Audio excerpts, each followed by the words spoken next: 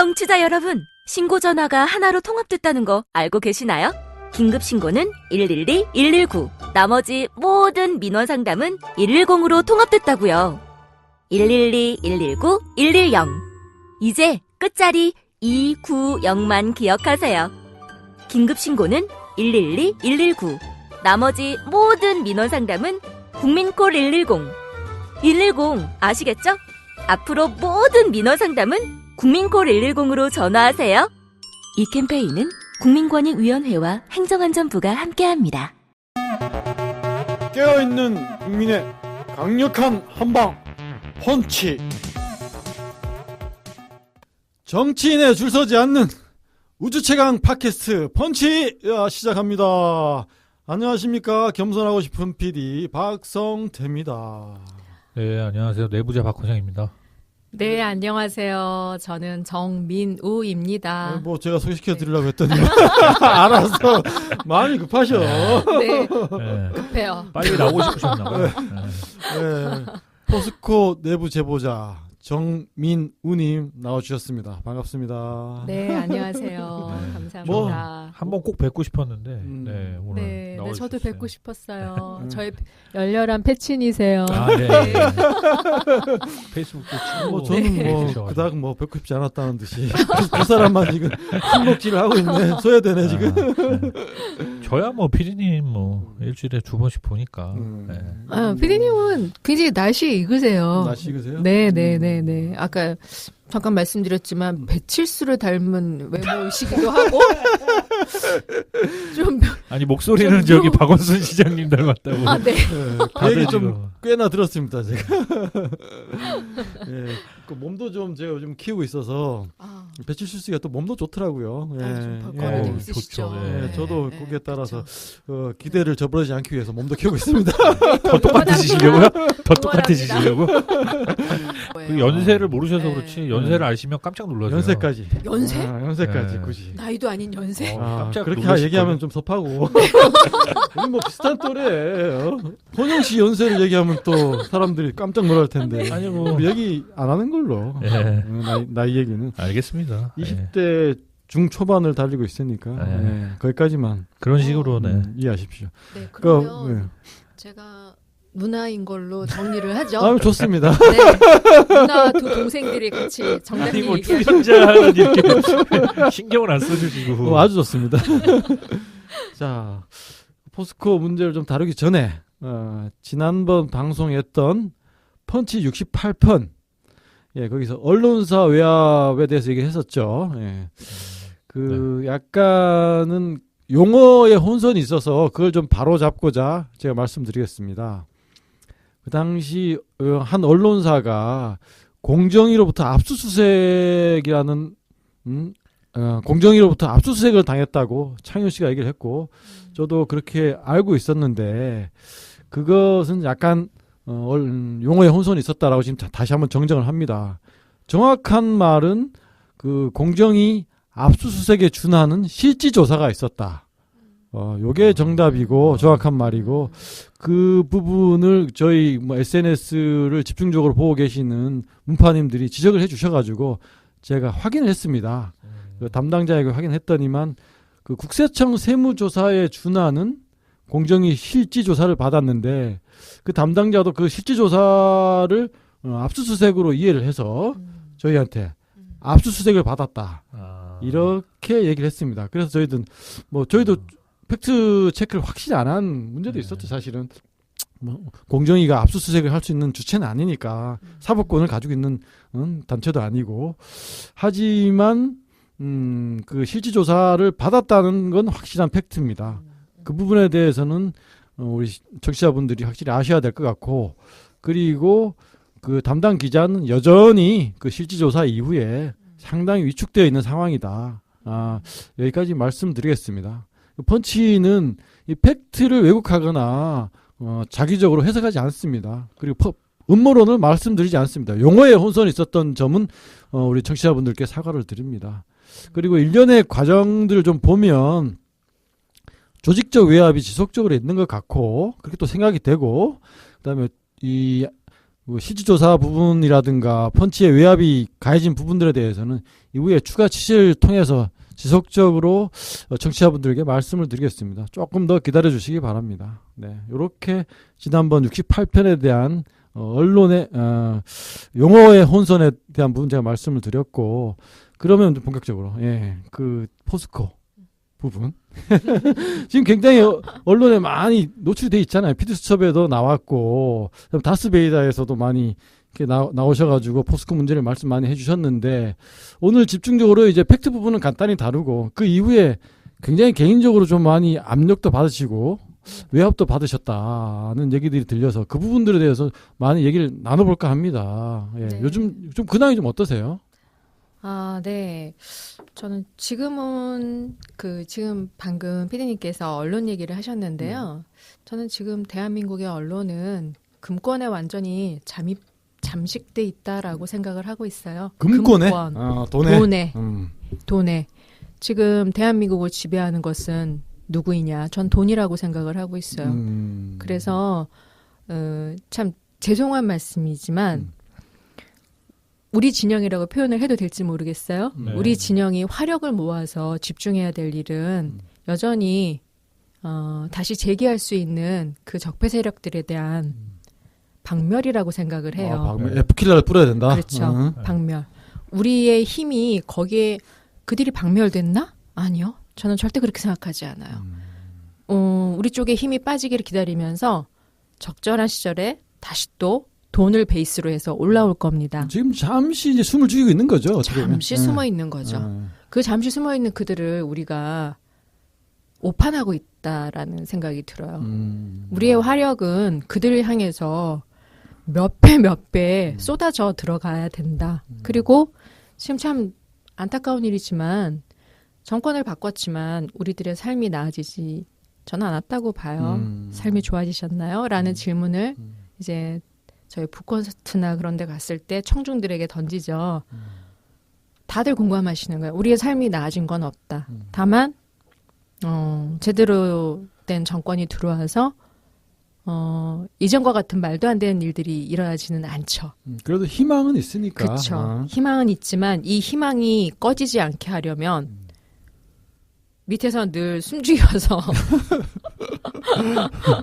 언젠가는 일어서리라 하고 있는 그 세력들에 대한 견제와 감시. 견제와 감시가 아니에요. 박멸이죠. 박멸까지. 박멸. 왜냐하면 그들은 승량이 1위 같은 세력들이에요. 아이고. 우리처럼 뭐 법을 지키면서 뭔가를 하는 그런 사람들이 아니에요. 초법적인 존재들이죠. 그렇죠. 초법적인. 지난 10년 동안 일어났던 일들 우리 쭉 복귀해 보면 다 초법적인 일들 아니었나요? 맞습니다. 사법부가 어떻게 재판을 가지고 청와대와 거래를 하고 특활비가 그 특활비는 어디서 났을까? 모두 다 세금이었을까? 아니면 찬조도 받았을까? 찬조도 있었겠죠. 여러 가지 우리는 생각할 수가 있어요. 그런 말도 안 되는 일들이 지난 10년간 있었고 그 시절이 지나갔나요? 절대 그렇지 않다고 생각해요. 근데 거기에 부안해동한 언론들도 엄청나게 많았었고. 네, 언론도 많았고 지금 뭐 저는 지금 뭐 아시는 분들은 아시고 뭐 그렇지만 포스코 바로 세우기 시민연대 대표를 맡고 있어요. 어떻게 하다 보니까 멋집니다. 포스코 바로 세우기. 네, 하게 되었고 저는 우리 사회에 포스코는 100% 화이트 칼라 범죄의 최고봉이에요. 네. 이 화이트 칼라 범죄라는 건 내부자가 아니면 절대로 오픈될 수가 없는 것들이고요. 이게 과연 포스코에만 한정되는 일인가? 저는 대한민국 사회 전체에 깔려 있는 문제라고 봐요. 그렇죠. 그러면 지금 우리 진영에서 해야 될 큰 일이라는 거는 순서가 있다기보다는 동시다발적으로 같이 가야지 가장 시너지가 난다고 보거든요. 사법적폐 정리하는 일 너무너무 중요한 일이고 최우선의 일이긴 해요. 그들이 정리돼야지 그 뭐 여타의 적폐들이 같이 정리될 수 있는 기반이 생기는 거니까. 네. 근데 사법적폐를 정리하는 걸 하기 위해서 경제적폐, 이 중요한 경제적폐를 손 놓고 보고 있어야 되는 거냐라는 거죠. 제일 중요한 건 세상을 움직이는 건 돈이거든요. 우리가 이 부분을 정말 많이 관과 저들이 가장 큰 장점이 뭡니까? 돈을 안다는 것과 그리고 정권을 잡으면 무조건 돈을 잡아요. 쟤들은. 근데 우리는 정권을 잡았음에도 돈을 잡을 줄 몰라요. 돈을 잡는다는 의미는 경제를 잡아야 되는 거고 경제 적폐들을 정리해야 된다는 의미를 말씀드리는 거예요. 그게 다른 말로 고상한 말로 하면 경제 민주화. 경제 민주화가 되지 않은 정권 뭐라고 해야 돼요? 민주화? 그거는 뿌리가 없는 일이고 될 수가 없는 일이에요. 우리가 모든 일을 할 때 돈이 베이스가 되잖아요. 우리 이런 팟캐스트도 그렇고 돈이 없는데 어떻게 팟캐스트를 할 것이며. 저는 없어도 합니다. 아, 네네. 잘 모르시네. 훌륭하세요. 저는 몇 개월 동안 제 돈 받고 했습니다. 네네. 지금도 그러고 계시고요. 네네. 훌륭하세요. 그렇지만 그건 굉장히 중요한 문제예요. 그렇죠. 네. 제대로 일을 하기 위해서는 국회의원들도 하다못해 정의당 의원들도 후원금이 정말 목마르는 거잖아요. 그렇죠. 예. 일을 하려면 돈이 베이스 돼야 되는 거죠. 제대로 일을 하려면. 쟤네들처럼 위법을 하겠다는 게 아니고 정의를 바로 세우고 나라를 바로 세우고 약자들을 돌보는 그런 일들을 하려면 네. 그런 부분이고요. 아, 참 죄송합니다. 너무 논지가 빗나가서 언론이 돈에 잠식됐다라고 말씀드렸는데요. 한 가지 예를 들어서 말씀드리면 2월 28일이었죠. 올해? 네.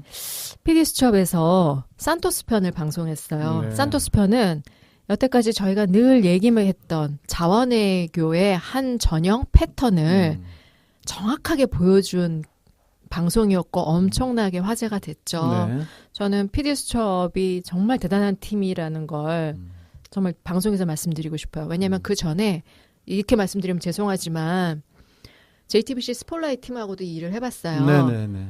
JTBC 스폴라이트 팀하고 일하는 클래스가 달라요. 접근하는 방식 등등등. 아, 관록의 PD수첩이 역시 다르구나. 왜냐하면 그때 그 PD수첩은 그 뭐 스케이트장이니 주조종실이니 그런 데에서 오랜 유배 생활을 했던 그 PD수첩의 간판 스타들이 바로 복귀하자마자 만든 방송이었거든요. 그래서 엄청나게 화제가 됐음에도 불구하고 그러면 보통 그런 채널에서 한번 방송이 되면은 정상적인 방송이라면 언론 환경이라면 그게 언론을 타서 막 확산이 되잖아요. 그렇죠. 예. 전혀 확산되지 않았어요.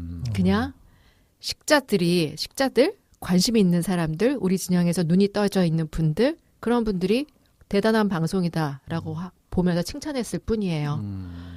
확산이 안 된 이유가 뭘까요? 막았나요? 막죠. 저도 포스코 홍보실에 있을 때 포스코 관련된 방송이 나온다는 건 뻔히 다 알잖아요. 뭐 PD수첩에서 우리 이 방송 나가는데 여기에 대해서 뭐 자료도 요청하고 반론권도 주고 하니까 그 상태에서 포피아가 가만히 있지 않죠. 미리 준비를 다 하죠. 그 준비를 하는 방식은 여러 가지가 있습니다. 뭐 기사 밀어내기라든가 언론에 광고를 준다든가 밀어준다든가. 아, 그럼요. 최근에도 어떤 일이 있었냐면 이것도 제가 증언과 모든 기록을 갖고 있는데 포스코에 대해서 그 포스코 그 새 회장 뽑는 승객 카운슬이 가동되는 와중에 네. 신랄하게 포스코를 비난하는 그러니까 언론 기사를 썼던 인터넷 매체가 있었어요. 포스코를 비방했던. 네. 그 인터넷 매체에 땡땡땡 부장이 저에게 직접 전화도 하고 제가 뭐 필요한 사람들 뭐 연결될 만한 사람들 연결도 해드리고 아, 그러셨어요? 네. 신나게 쓰셨어요. 근데 이분이 어느 날부터 나타나질 않더라고요. 나타나지 않는다는 건 어떤 의미입니까? 포스코 관련 기사를 쓰지도 않고 조용히 연락도 없고 저 역시 제 일이 바쁘니까 잊었는데 이분을 저에게 연결해 주신 분이 얘기를 하는 거예요. 땡땡땡 부장이 자기에게 전화를 해서 감사합니다. 저희가 포스코와 광고 연관 계약을 맺었습니다. 덕분입니다. 덕분입니다. 그렇죠. 네. 그분이 많은 사람을 연결해 줬고 그분이 연결해 준 사람 중에 저도 들어가고 저도 사람을 연결해 주고 사람이 모든 일을 하는 베이스가 되죠. 자료원이 되니까. 그러다 보니까 많은 기사를 썼고 그러니 포스코와 단발성 계약이 어떻게 아닌 보면은 그 비난하는 내용이잖아요. 네네네네. 어떻게 보면 포스코 입장에서는. 그렇죠. 근데 그런 걸 썼는데 포스코에서 광고가 들어와서 고맙다. 연간 계약을 맺는 거죠. 그냥 단발성 이야. 광고가 아니라 연간 계약을 맺었습니다. 예. 연간 계약을 맺으면 이제 더 이상 비난 기사를 쓰지 않는 거죠. 그러니까 그 아. 언론인의 진정성 부분을 바라보면 그 사람이 처음부터 그 사람이 뭐 데스크 정도는 되겠죠. 어떻게 보면 저한 뭐 지금은 모르겠지만 부장 정도 되면 그 포스코를 비판했던 저희는 결국은 돈이 아니었던가. 정말로 진실과 의혹을 밝히기 위해서 기사를 쓴 사람이 아니라 그렇게까지 저희가 추측 가능한 부분도 있습니다. 어떻게 보면. 저는 뭐 그렇게까지 말씀 드리고 싶지는 않고요. 그러니까 그런 뭐. 말씀은 드려요. 저를 찾아오는 매체들이 있으면 그런 말씀 드리죠. 한번 시원하게 제대로 잘 쓰십시오. 그리고 가서 포스코한테 광고비 많이 받으십시오. 더 안 쓰셔도 됩니다. 한 번만 제대로 쓰세요. 한 번이라도 쓰는 게 다행이니까 네, 그나마. 네. 얼마나 당하셨으면. 뭐 포스코가 언론에 뿌리는 돈은 저희가 내부에 있을 때도 1년에 400억, 500억, 600억이었어요. 그렇게 많이 뿌립니까? 예전에 대외협력실 팀장이셨잖아요. 네, 대외협력실 팀장이었어요. 잘하시겠네요. 그런 업무를 이렇게 그 전에는 홍보실에 있었어요. 그 전에는 홍보실에 또 계셨고 네. 거의 그 업무의 전문가라고 볼 수 있는 분이시네요. 제가 재밌는 얘기 드릴까요? 네. 제가 포스코 그룹의 SNS를 구축을 했어요. 구축을 하고 그러니까 SNS상에서 포스코에 대해서 나오는 보이스들을 다 취합하고 나쁜 보이스들을 추적하고 하는 걸 구축을 하는 거죠. 제가 구축해놓은 그 시스템이 지금은 저를 감시하는 거죠. 왜냐하면 언론에서 포스코에 대한 얘기를 쓸 수가 없죠. 지금 뭐 언론들 다 뭐 메이저라고 다른가요? 네. 종이들도 언제 지금 문 닫을지 모를 상황일 정도로 형편이 어렵잖아요. 네. 광고가 중요하고 돈이 중요하죠. 그러면 우리 진영의 매체라고 하는 그 매체들도 정치권에 대해서는 신랄한 기사를 쓸 수 있지만 돈, 금권과 관련된 기업과 관련돼서는 신랄하게 쓸 수가 없는 거예요. 제가 네네. 오늘 방송을 예고를 했습니다. 어제 네네네. 제 SNS에다가 네. 펀치 내일 녹음은 포스코 내부 고발 후 협박에 시달리는 정민우 씨. 그다음에 몇 개 쭉 썼는데 그게 지금 리트윗이 310이 됐고 네네. 뭐 좋아요도 283개가 달렸는데 네네. 평소 때보다 사실 조금 더 많이 달렸더라고요. 리트윗도 그런가요? 많이 됐고. 다행이네요. 네. 다행입니다. 이 흥행이 돼서 다행입니다. 이 SNS도 어떻게 보면은 포스코에 의해서 사찰이 됐을 수도 있다. 충분히 사찰됐을 네. 거고요. 네. 정민우 뭐 이런 검색 그 단어로 늘 매일 검색을 하겠네. 하겠습니다. 그래서 저는 어떤 식이냐면 제가 그때 그 SNS 구축할 때 네. SNS가 나의 1인 미디어다라는 말을 경영진들한테 보고를 했어요. 저는 그때는 그 의미를 잘 모르면서 교과서적으로 앵무새적으로 얘기를 한 거죠. 네. 근데 제가 포스코 비리를 오픈한 공익 제보자, 저는 이 말을 더 좋아해요. 공익 제보자. 한국적인 정서에서 내부 고발자는 굉장히 부정적인 의미. 고발이라는 단어가 주는 그 부정적인 어감이 있죠. 네, 그래서 내부 제보자를 좋아하더라고 헌영 씨도. 그러니까 두 내부 제보자가 지금 만났어. 내부 제보자, 공익 제보자, 뭐 이런 말이 훨씬 더 우리의 진정성을 표현해 준다는 거죠. 어쨌든 내부 제보하기 전에는 포스코가 그렇게 악행을 저지르거나 나라 혈세를 말아먹는데 나름 부역을 하셨잖아요, 그죠? 그렇죠. 근데 저 자꾸 부역자로 우리 얘기 두 하지 사람 부역자가 지금 마시라고요. 마주보고 앉아 있어. 부역자를 자꾸 그걸 얘기하세요. 제가 참 맨날. 이런 말씀 드리면 뭐 하는데 제가 기도발이 정말 세요. 네. 기도발이 세서 제가 그런 기도를 했어요. 네. 제가 포피아의 실체에 대해서 알기 시작한 게 2014년 말부터 알게 됐어요. 어디죠? 저희 포스코 대외협력실 팀장하면서 제가 주력했던 부처가 청와대하고 사정기관, 관 쪽이셨네요. 대관 업무셨네 거의. 그렇죠. 국정원하고 검찰이었어요. 그리고 경찰도 필요하면 기무사도 뭐 비행기 그 대통령 비행기는 성남 비행장에서 뜨니까 저희는 그 스케줄을 또 알아야 되거든요. 그러면은 성남 비행장 관리는 기무사가 해요. 그럼 기무사 대령쯤 알고 있으면 그 스케줄을 아주 쉽게 알 수 있죠. 등등등. 그 스케줄 알아서 뭐 합니까? 보고하죠. 대통령이 뜹니다. 대통령이 어떤 스케줄로 갑니다. 왜냐하면 포스코는 포피아들 스스로가 국민 기업이라고 얘기해요. 그러면 포스코가 그냥 혼자 자기 힘으로 큰 기업이 아니에요. 그 그렇죠. 출발 자체가 음. 대일 청구권 자금으로 시작한 그렇죠. 유일한 네. 기업이에요. 그때 징용 가시고 정신대 끌려가시고 했던 그 할머니 할아버지들의 그 피와 땀에 대한 보상으로 대일 청구권 자금이 네. 왔죠. 박정희 정권에서. 그렇죠. 네. 박정희가 야합을 한 돈이었다고 저희는 음. 말을 하죠. 음. 더 많이 받았어야 되는 거죠. 그러니까 더 많이 어쩌면 받았을 더 많이 수도 있어요. 받았을 수도 있어요. 네, 비자금으로 또 챙겼을 수도 있어요. 그렇죠. 네. 그것도 우리는 규명해야죠. 네. 그 받아서 했던 일이 두 가지예요. 하나는 경부고속도로 놓는 거, 표면적으로 우리가 알고 있는 거. 또 하나는 포항제철 짓는 거였어요.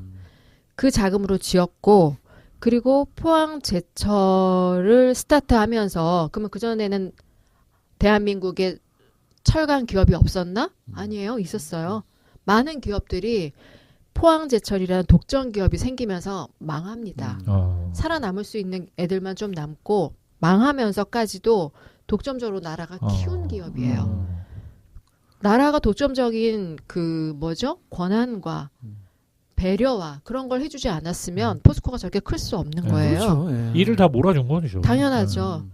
독점력을 줬는데 저 정도로 못 컸다면 그것도 바보 같은 말이고, 그리고 박태준 같이 사명감이 있는 사람이었기 때문에 그래도 기업을 키웠어요. 그나마. 예. 그럼요. 박태준 씨가 만약에 뒷돈을 챙겨 먹겠다라고 생각했으면 수십조를 해먹었을 뭐 겁니다. 벌써 망했겠죠. 예. 그렇죠.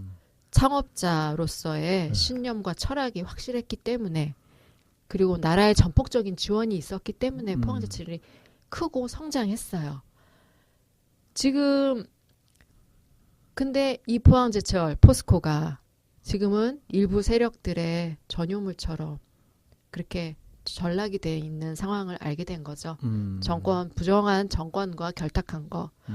그래서 그 제가 당시에 재직하면서 알게 되신 겁니다. 2013년 말에 알게 됐고, 그때 제가 알게 된 것도 청와대 경제수석실이 저한테 가르쳐 준 거예요.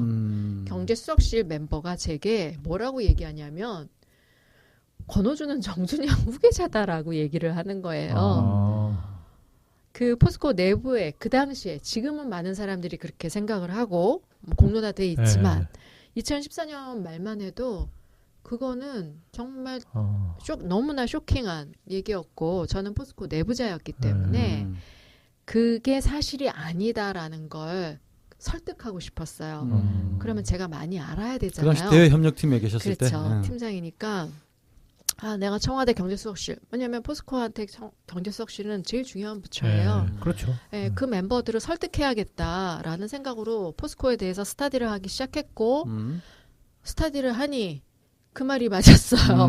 그러니까 어떻게 보면 반박 논리를 개발하기 위해서 공부를 더 하다가 파고 들어가 보니까. 근데 알게 약간 된 아이러니한 거죠. 게 이명박 정권을 이어받은 박근혜 정권인데 경제수석실에서 굳이 그렇게 문제 제기를 할 정도가 됐나? 어떻게 보면. 왜냐하면 그거는 이제 지금 감방에 계시는 안종범 수석의 문고리들이 한 얘기였죠. 그 문고리들이 어떤 말을 이미 우리 문정부가 출범하고 난 다음에 저한테 무슨 얘기를 하냐면, 자기들이 수많은 마피아들을 봤다는 거죠. 마피아들이라는 건 딴 거 아니잖아요. 이권을 위해서 결탁하고 범죄 저지르는 거죠. 범죄 저지르는 우리 사회에 많은 마피아들이 있잖아요. 그 친구가 그 얘기를 하는 거예요. 자기는 포스코 마피아처럼 무서운 애들은 보지 못한 것 같다. 왜냐면 돈이 베이스돼 있으니까. 돈이 많으니까. 정말 포스코 마피아 정리하고 싶었는데 우리 못했다. 정말 한이 된다라는 얘기를 해요.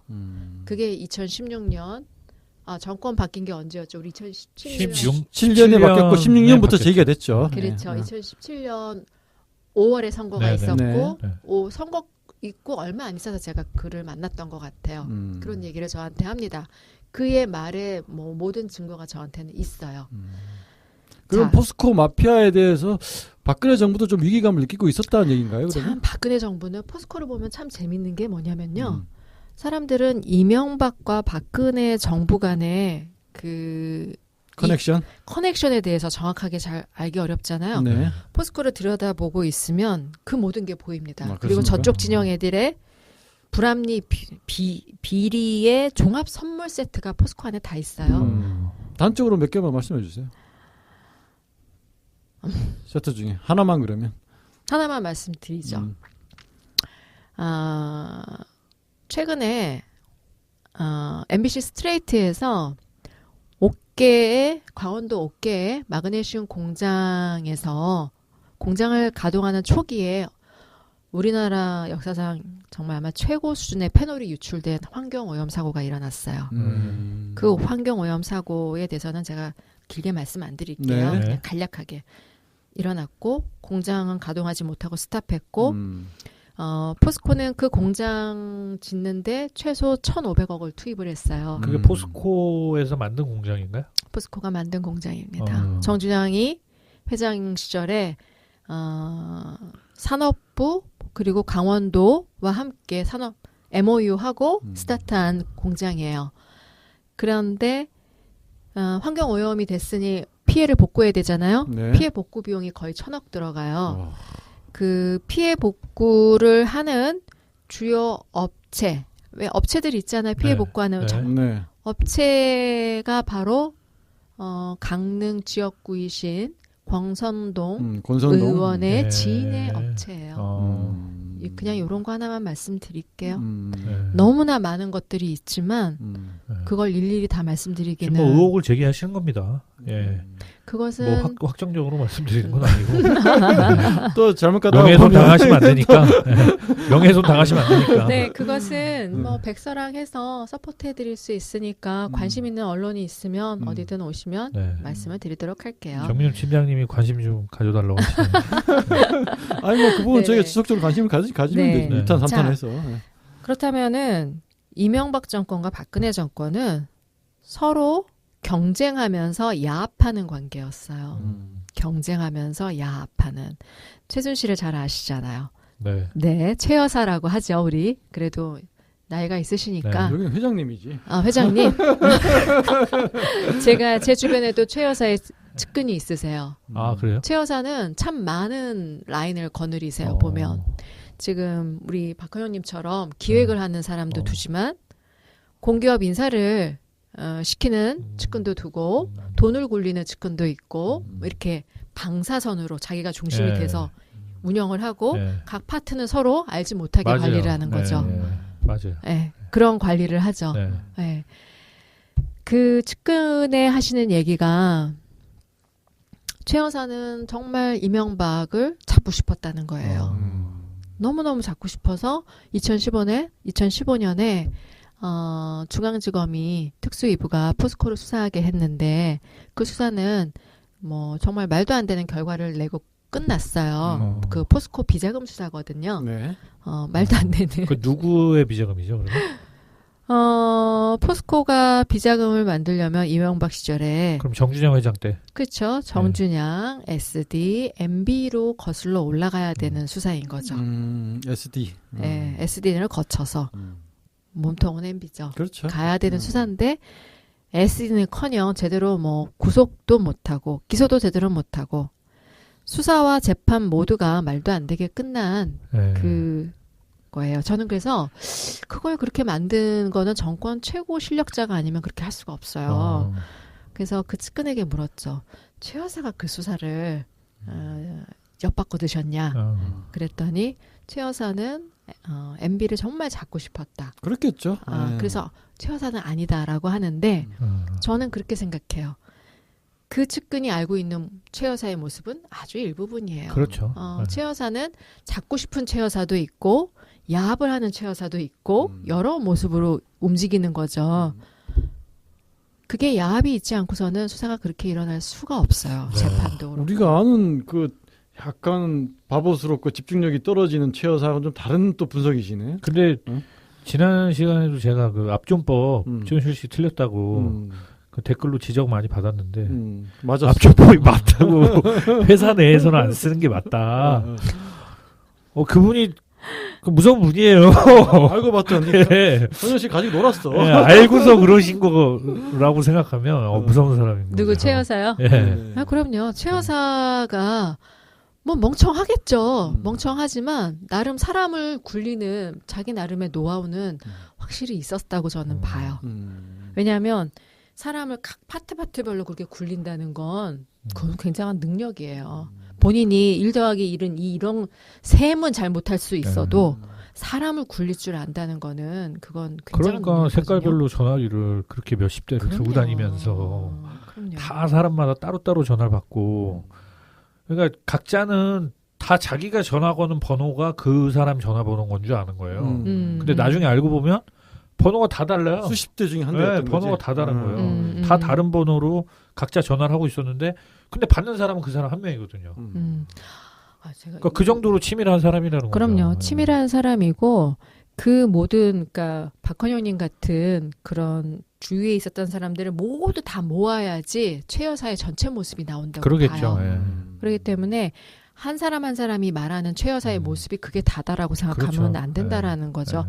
저는 이제는 최 여사의 돈을 굴렸던 그 팀이 나와야 될 타임이라고 네. 봐요. 모든 범죄의 끝은 그리고 결정판은 돈이죠. 네.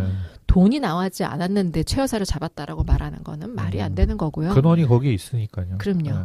그 최 여사의 똘마니 중에 하나가 저한테 그런 얘기를 했어요. 여기도 죄송해요. 그 박현님을 얘기하는 게 아니 아니라 왜 피디님 저한테 그러세요? 저보고 똘마니라고 하신 게 아닌데. 이제 가능하게 자연스럽게. 나 수정 최 여사의 심부름을 받고 저한테 찾아왔던 사람이 있었어요. 얘가 언제요? 제가 2016년 2월 4일부터 청와대 앞에서 1인 시위를 했어요. 2016년 2월 4일이요? 2월 그때 4일. 저가 일할 때인데. 일하실 때였을 네, 거예요. 네, 그때 네. 2월 달에 그 포스코 2월 달에 포스코를 만나죠. 그쵸. 예. 그때예요. 그때 저는 청와대 앞에서 1인 시위를 하고 있었었어요. 권호준 회장에 대해서 아니면 포스코 경영진에 대해서. 경영진에 대해서. 네, 네. 거기에 뭐 1인 시위를 한 스토리는 너무 길어서 네네네. 저는 아까도 그 얘기 드렸잖아요. 안종범 경제수석실의 문고리들, 안종범의 문고리들이 네네. 포스코 마피아에 대해서 얘기했다고. 네. 그러니까 박근혜 청와대는 굉장히 뭐라고 해야 되지? 위에는 얼굴마다 네.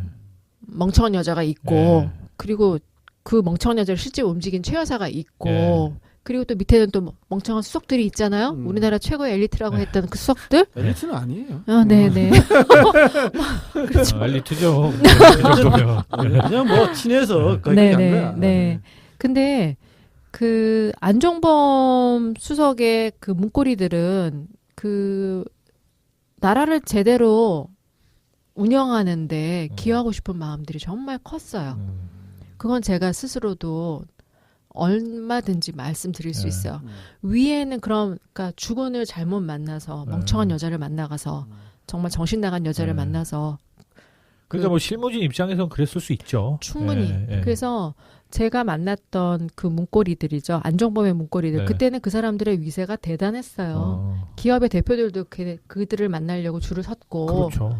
안 만났고 네. 얘들은. 왜냐하면 우리는 나라 일을 하는 사람, 어. 나라를 바로 세워야 할 이런 의식이 너무 투철한 그런 사람들이 자기가 있었어요. 모시는 수석은 근데 막 별짓을 다 하고 다녔는데 여기 와가지고 막 그죠, 그런 걸 해주시고 그죠, 뭐 그죠. 얼굴 리프팅 시술하는 거기서 뭘 받으시고 그러니까 그 내부 제보하게 된 계기도 최순실한테 찾아볼 수 있다고 아까 말씀하신 것 같은데. 제보라기보다 그 아까 제가 이제 그 방송 이후에 어떤 뭐 일들이 있었냐 물어보셨잖아요. 지금 정말 포피아로부터 수많은 고소 고발을 당하고 있어요. 네. 이제 가장 최근에 온 게 한 3주 된 것 같아요. 김앤장 예. 내세워서 2억 원 민사소송을 들어왔더라고요. 그래서 2억 원 민사소송을 들어오는 거 보고 손해배상이죠 이게. 그렇죠, 예. 그렇죠. 들어오는 거 보고 이제 이거는 내가 개인적으로 감당할 사이즈를 넘어섰다. 예. 안 되겠다 해서 제가 아까 저희 그 말씀드린 것처럼 제 페북을 제 1인 미디어로 쓰거든요. 언론에서 제대로 보이스를 받지 않아주니까 네네. 거기에 올렸죠. 제 페북에 올리고 저 공식적인 모금도 시작해야 할 정도로. 봤습니다, 저도. 네네. 아니 이게 지금 고발당하신 내용들이 네네네. 그 지금 보면 이거는 지금 가장 최근 거는 한 건인 거고 네네네. 피디수첩 산토스 편에서 피디수첩은 민사로 고소를 하고 네네. 그 정민우님은 이걸 뭘로 명예훼손으로 그쵸. 형사고발하신 거고 형사고발하고. 또 PD수첩의 리춘편을 네네. 또 명예훼손으로 또 고발을 했어요. 네네네. 그러니까 이게 PD수첩에서 나와서 이렇게 뭐 얘기하신 거에 대해서 하나로 얘기하신 게 아니라 리춘편 고발 따로 산토스 편 고발 따로 이런 식으로 네네. 아예 편을 따로 지어서 네네네. 따로 고발을 했다는 거잖아요. 네네네. 고발 당한 건은 지금 보니까 수십 건인데 그 중에 뭐 몇 건은 이따가 살펴보고 아까 얘기했듯이 네네네. 그 최순실 관련 부분에 대해서 그렇죠. 돌아가 보자. 그거 말씀드리죠. 얘기가 자꾸 막 중구난방으로 튀어서 너무 죄송해요. 아닙니다. 스토리가 너무 많아서. 너무 많아. 네. 그런 고소고발, 지금 방금 얘기하셨던 고소고발의 시작이 최순실 여사의 오더로 시작이 됩니다. 제가 그 2016년 2월 4일에 청와대 앞으로 이인실을 나갔다 말씀드렸잖아요. 그때 제가 피켓을 들고 나갔어요. 포스코를 대통령님 포스코를 살려주세요. 그것만 딱 써서 피켓을 들고 나갔어요. 저는 그때만 해도 박근혜가 그렇게 이상한 여자인지는 몰랐어요. 그러니까 뭐 정치인으로서 박근혜는 절대 좋아할 수가 없죠. 지지해 본 적도 없지만 최소한 포스코 관련해서는 박근혜가 자기 아빠가 만든 회사니까 진정성이 있을 거라고 애정을 갖고 있을 생각했어요. 것이다. 그렇죠. 그거를 이제 안종범 목걸이들도 그렇게 얘기를 했고 믿었죠. 근데 그때 당시에 포스코를 다니시고 계시던 상황인가요? 그때 제가 2월 2일부로 해직을 당했어요. 2016년 2월 2일. 2월 2일부로 해직을 그러고 나서 며칠 있다 그러면 그 시위를 나가신 거네요. 바로 그 시위 나갔어요. 그 전부터 시위를 계속 생각하고 있었어요. 박근혜가 포스코 상황을 제대로 알면 이대로 두지 않을 텐데 어떻게든 직보를 해야 할 모르니까 텐데. 지금 이러는 거다. 그렇죠. 그렇게 생각을 되게 했어요. 순진한 믿음이 있으셨네 그래도. 지금 생각하면 너무 부끄러워요.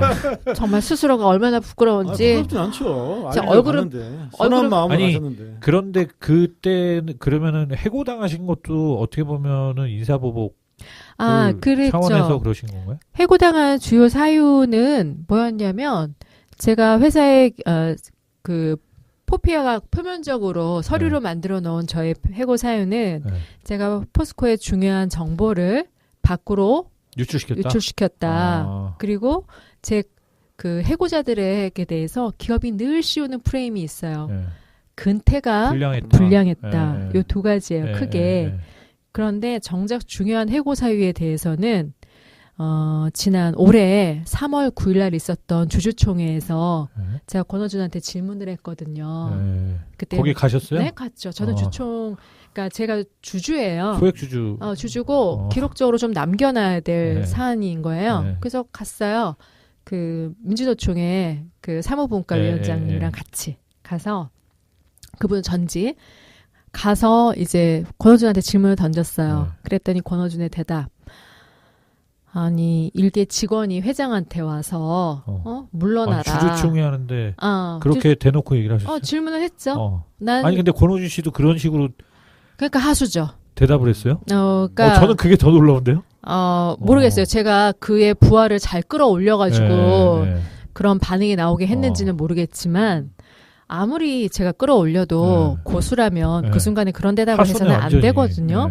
근데 뭐라고 얘기를 하냐면 나는 그때 제가 무슨 일이 있었냐면 2015년 2월 26일 날 권호준하고 독대를 합니다. 독대에서 윗동네가 회장님을 자르려고 한다. 그러니 회장님 개인과 회사를 위해서 대승적인 결단을 해주셨으면 좋겠다. 제 말이 믿기지 않으실 테지만 그건 회장님께서 직접 확인을 해보시면 알 거다. 거기까지 저는 보고를 한 거예요. 제가 알고 있는 걸 그대로. 대관 업무를 하시면서 수집된 어떤 정보들을 취합해서 그렇죠. 권호준 회장 당신 지금 BH에서 네네. 경질설이 나온다. 그걸 보고를 하신 거다고요? 그렇죠. 그걸 보고 했어요. 근데 그게 굉장히 심기를 건드렸나 보네요. 건드린 거죠. 그 주총장에서 권호준이 저한테 얘기합니다. 아니 감히 직원이 회장한테 그렇게 말을 하고 그건 그냥 두고 볼 수 있는 일이 아니다. 그래서 식으로. 해고 사유가 된다. 그렇죠. 그 독대를 하고 나서 제 책상을 다 뒤집는 거예요. 포스코 인사부서가 와서 제 컴퓨터 다 뒤집어서 그런 그 기록들을 꺼내 간 거죠. 근데 제가 보낸 서류들은 대부분 다 청와대였어요. 근데 대관 업무하시는 분은 당연하지 않나요? 뭐 당연하다고 할 수도 있고 아닐 네. 수도 있는데 네. 솔직히 그거는 판단의 문제예요. 네. 판단의 문제. 그리고 저는 그 안종범 문고리들이 우리 권오준 자르려고 거다. 네. 포스코 마피아 정리할 거다. 도와달라라고 했을 때 많이 망설이지 않았어요. 그래야겠다라고 단호하게 생각하신 거잖아요. 그렇죠. 왜냐하면 그럼 나는 어쩌면은 근데 포스코를 위해서 말씀하시면서 일하는 사람이지 권오준을 위해서 일하는 사람이 아니에요. 그렇죠. 권오준이 네. 포스코의 오너 아니에요. 그렇죠. 잠시 네. 포스코에 고용돼 있는 나와 똑같은 고용인일 네. 뿐이에요. 네. 그 사람은. 네. 다만 회장이란 직함을 받고 있는 거지. 근데 그 사람이 포스코 마피아로서 회사의 자산을 그런 식으로 네. 밖으로 퍼나르고 있는데 네. 그런 회장을 내가 가만- 존중해야 될 네. 이유가 1도 없잖아요. 네. 저는 판단이 좀 빠른 편이에요. 네. 그래서 딱 듣고서는 알았다. 나도 돕겠다. 어. 포스코를 바로 세우는 게 제일 중요한. 그때부터 네. 시작된 거예요. 거기서 이제 얘기를 하셨고 그런 다음에 2016년도 2월 초에 해직을 당하셨고 그러니까 결국은 그렇게 얘기를 하면 박근혜 정부에서 뭔가 도움을 줄 줄 알았는데 도움이 없었군요. 박근혜 정부가 참 재밌는 일이 있었어요. 무슨 일이 있냐면 제가 그렇게 그 권오준과 면담을 하고 나서 안종범의 물꼬리들이 민정수석실에 압박을 받아요. 우병우 쪽에서요. 파워게임이 밀렸나? 파워게임에 밀린 거라기보다는 청와대 전체의 분위기는 경제수석실만 이놈들 정리해야지라는 분위기였던 그것도 거고. 제가 보기엔 실무진에서. 그렇죠. 그렇죠. 안종범은 왔다 갔다 했던 거예요. 네. 권오준이 하는 꼴을 보면 저건 잘라야 되는데.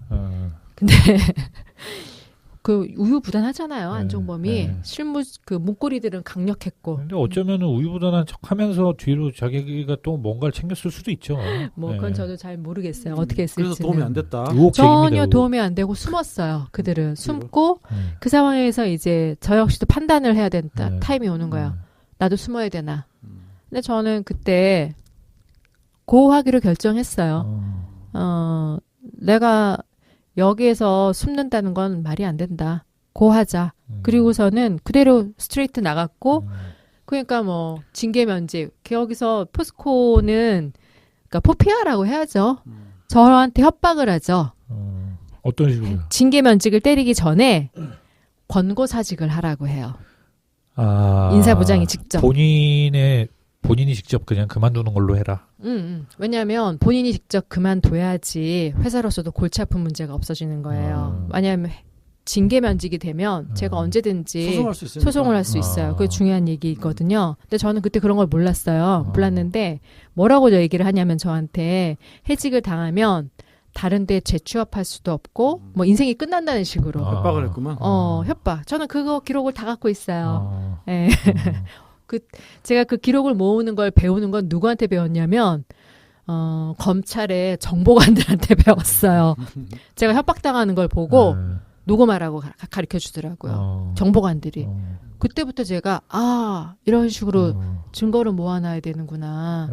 그래서 포스코가 경찰 정보관 사칭하는 브로커 내세워서 저 협박했던 것부터 시작해서 증거들을 다 갖고 있어요. 그래서 2월 달에 초에 그래서 해직을 당하시고 그다음에 바로 1인 시위 나가셨는데 나왔어요. 그걸 보고 최순실 씨가 정민우님을 뭐 고소를 해야 된다. 고발해야 된다. 네, 그 얘기 들어가야 돼 이제. 그 얘기 이제 들어가야죠. 아까 해야 되는데 지금 들어가야 돼. 아니 죄송해요. 왜 이렇게 우리는 돌고 왔을까요? 죄송합니다. 너무 많아 지금. 네, 스토리가 너무 많죠. 그 얘기를 정확하게 해준 게 최순실 측근이에요. 측근이 뭐라 그러냐면 최 여사가 최 여사가 아니 쟤는 왜 저기 나와서 시위를 해가지고 쟤라고 비슷하시다. 전현 뭐 그랬겠죠. 비슷하시네. 포스코가 언론에서 이렇게 오르내리게 하고 시끄럽게 한다니 빨리 조용하게 해라 막 그렇게 얘기를 했. 만나보신 거 아니에요? 전혀요. 싱크로율이 높나요? 괜찮나요 싱크로율이? 저는 그분한테 들은 대로 그대로 얘기해 드린 거예요. 아니 쟤는 막 이렇게. 그래서 박근혜를 통했겠죠. 박근혜를 네. 통해서 안종범 통해서 권한준에게 오다가 내려가서 저에게 그때 고소였나요? 명예훼손 고발이 들어왔어요. 명예훼손. 정확한 증거가 있는 게 아니라 추측하시는 겁니까? 그러면 최순실로부터 시작됐다는 게? 최순실로부터 시작됐다는 거는 측근이 저한테 얘기해 주는 얘기했다는 거죠. 거. 네. 그럼 뭐 어떻게 녹취록이나 뭐가 있습니까? 네, 있죠. 아, 그분이 저한테 얘기해 준 거. 어. 그래서 그분이 그때 포스코 사장을 만났을 때 사장이 무슨 말을 하고 등등등등 다 있죠. 그러니까 최순실로부터 컴플레인이 시작돼서 박근혜 청와대가 지시를 내렸을 것이다. 근데 그러니까 그거는 뭐 그 굉장히 만약에 최순실 씨가 그 정미우 대표님이 거기 혼자 나가서 1인 시위한 거에 대해서 굉장히 마음에 안 들어 한 것이 맞다면 100% 그렇게 진행됐을 확률이 높죠. 그러니까 최순실 씨의 경로가 누군가를 통해서 안종범 수석한테 전달이 됐을 것이고 그 누군가인지는 여러분들이 이제 아시잖아요. 저 우리나라의 제일 높은 자리에서 파면되신 분. 그분 통해서 안종범 수석한테 가서 안종범 수석한테서 뭐 포스코 회장이나 그 라인으로 내려갔겠죠. 이야기가. 그랬죠. 예. 네. 요것만 그게 밝혀도 충분히 추정 가능하죠. 요것만 밝혀도 재밌겠어. 네. 어떻게 지금 고소 고발건이 처음 시작됐고 네. 최순실이 개입됐는지까지. 네. 그 참 아이러니한 거예요. 그때 시작된 저는 그래서 그때 인생에서 처음 고소를 당해 본 거예요. 근데 그 얘기를 언제 들으셨어요, 그러면? 최순실로부터 시작됐다는 얘기. 예. 2016년 당시에는 전혀 몰랐죠. 예. 그냥 포스코가 저한테 예. 고소한 줄 알았어요. 예. 회사에서 했구나 이렇게 생각했는데 예. 했는데 게이트가 터졌잖아요, 그 다음에. 그쵸. 예. 게이트 터지고 난 다음에 2016년 말, 2017년 초에 그 얘기를 들었고 그 이후에도 여러 번 들었어요. 그분은 계속 만나고 있으니까. 그러니까 그 촛불이 이제 시작되는 단계 정도 돼서 이제 그분한테 알게 들으신 됐죠. 거네요. 전모를 알게 됐어요. 그리고 되게 충격적이셨겠네. 충격적이고 황당했죠. 네. 세상에. 그러니까. 세상에. 내 편인 줄 알았던 안종범이 그랬구나라고 생각하니까. 그 최순실도 어떻게 보면 정민우 씨가 직접적으로 최순실 때문에 피해를 본 거잖아요. 고소 고발에 연루돼 있으니까. 그러니까 제대로 좀 자료를 확보해서 최순실을 고발할 수 있는 방법은 없나요? 최순실까지요? 네. 아유 모르겠어요. 그럼 이슈가 될것 최순실은 같은데? 아니 근데 그거는 아까 말씀드린 그 루트를 밝혀내야 되는 문제와 맥이 같기 때문에 지금 그 루트는 지금 제가 그 네. 지류를 건드리기에는 그건 저한테는 지류예요. 본류가 아니고. 본류가 아니기 때문에. 네, 지류라서. 아니, 이 사건을 이슈시키는 데는 굉장히 또 도움이 될 것 같아서 제가 보기에는. 네네, 그럴 수 있는데요. 이제 제가 조만간 지금 제가 고소고발 당한 게 굉장히 많잖아요. 많아서. 근데 이제는 제가 할 때가 된 게 뭐냐면 저의 해직이 부당했다는 소송을 내야겠다. 왜냐하면 그거 아직 안 하셨어요? 안 그거는? 했어요. 그거를 할 새가 없었고 그걸 지금까지는 저는 제 일의 본류가 아니라 지류라고 생각했어요. 본류를 하기에도 너무 바빠요. 바쁘니까 많으니까. 막 혼자서 사람들 너무 많이 만나야 되고 보고서 만들어야 되고 저는 늘 보고서 다 만들어 놓거든요. 보고서 만들어야 왜냐면 증거를 다 해둬야죠. 서류화로. 그러다 보니까 너무 바빠서 그런 거 생각도 못 했는데 아니 포피아들이 저에 대한 음해가 너무 도를 넘은 거예요. 요즘에. 너무. 그러니까 제가 아마 피디님께 자료도 보여드렸을 텐데 그 포스코 홍보실 제가 신방과를 나왔어요. 네. 예, 그래서 언론 쪽에 제 선후배들이 많습니다. 포스코 홍보실이 저에 대해서 얼마나 악담을 언론에 퍼뜨려 놨겠어요.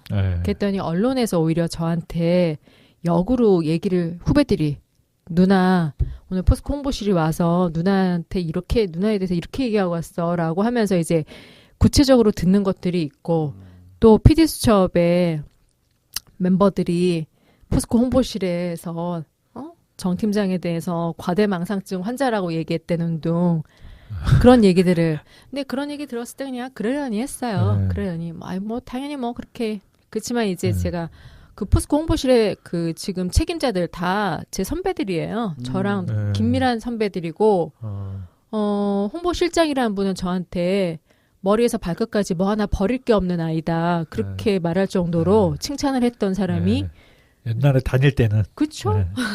네. 전형적인 뭐 내부 제보자가 겪고 있는 그 고통들을 지금 그렇죠. 2차 당하고 계신 가해드린 거예요. 거죠. 예. 지금 보면은 그 포피아의 네네. 핵심이었던 정준양, 권오중 회장 얘기는 많이 하셨고 지금 현 회장 있지 않습니까? 최정우. 네, 최정우 네네. 회장 건도 지금 사실은 네네. 포피아의 같이 맥락을 같이 하는 분이다. 네네네. 이렇게 해서 여러분 그분도 고소고발을 했고 뭐 네네. 이렇게 얘기를 하고 계시는데 어떤 부분이 핵심인가요? 그분 내용은? 고소고발의 핵심 말씀하시나요? 아니 그분이 포피아에 어떤 관련돼 있는 부분이. 포피아에 관련돼 있는 부분. 네. 최정우 씨가 지난 10년간 포스코 안에서 어떤 일을 했는지만 보면 돼요. 최정우 씨는 MB 정권이 시작되던 2008년 3월에 포스코 건설의 CFO를 맡습니다. 재무이사. 그렇죠. 예. 재무를 돈을 맡는 거예요. 예. 돈. 제가 처음부터 말씀드린 예. 가장 중요한 포인트는 돈이거든요. 기업에서든 그렇죠. 어디서든. 예. CFO를 맡고 2년 동안 CFO를 하죠. 근데 포스코 건설이 왜 중요하냐면 MB 시절 포스코 그룹에서 이루어진 많은 수상한 일들의 축이 어디냐면 포스코 건설이에요. 건설에서 이분이 했던 처음의 일이 대우 엔지니어링 고가 인수예요. 그 일부터 스타트합니다. 그리고 지금 중앙지검에 고소돼 있는 산토스 그리고 EPC 에큐터스는 완전한 페이퍼컴이에요. 여기에도 깊이 관여돼 있으세요. 그 자료들은 다 있으신 거죠? 자료들은 저희 팀이 만들어 놓은 자료가 전화번호부 5건입니다. 아직까지 오픈 안 하고 있고요. 적절한 타임이 오면 다 오픈을 할 생각이에요. 아마 정말 세상이 깜짝 놀랄 저희끼리는 보안을 잘 유지하자. 타임이 올 때까지라고 하고 있고 사정기관에도 저희가 믿을 수 있는 곳들에만 넣고 있어요. 예, 믿을 수 없는 곳들에게는 타임이 되고 나면 횡령 방조 뭐 분식회계 이런 건으로도 다 네네네네. 고발. 그리고 그 최정우 씨는 그 다음에는 포스코 건설에서 CFO 2년 하고서는 네. 나머지 3년 동안은 포스코 그룹에 3년이 아니라 4년 박근혜 첫 해까지 2013년까지 4년 동안 포스코 그룹의 감사실장을 해요. 최정우 씨가 참 공교롭게도 최정우 씨가 포스코 그룹의 감사실장을 맡자마자 2달 후에 그 유명한 성진지오텍 M&A를 합니다. 이게 뭐 최정우 씨가 했다라고 말할 수는 없지만 감사실장은 원래 기업에서 게이트키핑 역할을 해야 되거든요. 워닝을 주는 사람이에요. 이건 위험합니다. 라든가 그런 워닝을 주거나 사후에라도 들어온 많은 그 워닝들에 대해서 시그널들이 들어오자 제보가 막 들어온다고요. 그런 것에 철저하게 수사라고 하긴 기업도 감사는 해야죠. 수사예요. 감사는 하고 사법적인 부분 처리하고 그리고 조치 취하고 이 조치 취해준 대로 제대로 이행하는지 모니터링하고 이게 감사의 임무예요. 그렇죠. 권오준 시절에 가치경영센터장을 해요. 가치경영센터장이라는 이름은 삼성으로 치면 구조본부장이에요.